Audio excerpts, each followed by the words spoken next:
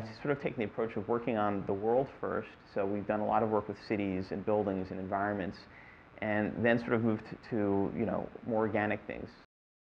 So once we tackled sort of the real world, simple metals and materials, doing things like plants and trees are sort of the next step. So the final step is really humans and perhaps maybe clothing and hair and things like that. But all that is sort of part of the organic set of objects and materials that we want to be able to match. And in particular, human faces and getting those to render properly is the ultimate goal. I think when you have that working, you really have sort of all the pieces necessary to render reality as we know it, and either make a film or make a virtual world or a video game. Artistry is a very important part of computer graphics, and I think if it's just purely technology, you lose something.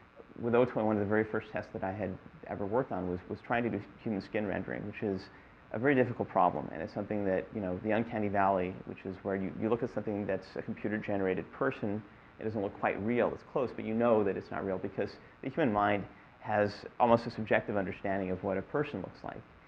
So when you take on something like doing a human face, it's difficult. Skin in particular is one of the hardest materials to render because of the way light interacts with it. Light enters through a couple layers of transparency on the skin. It interacts with blood and bone and tissue and scatters, and and it exits somewhere else. And it's very hard to really model that mathematically. I mean, people have done it and tried it.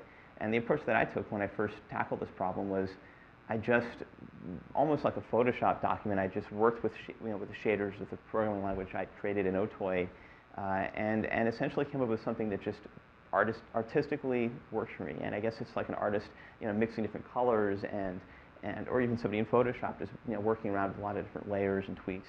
And I think that approach, focusing on that, really helped me get a better rendering of skin. The work that goes onto a canvas, whether it's real or even a digital canvas now with things like Photoshop, those skills are very important and very inspiring when you work with a team that has a lot in great quantity, and that's influenced the way that I've programmed, I think, from the very beginning.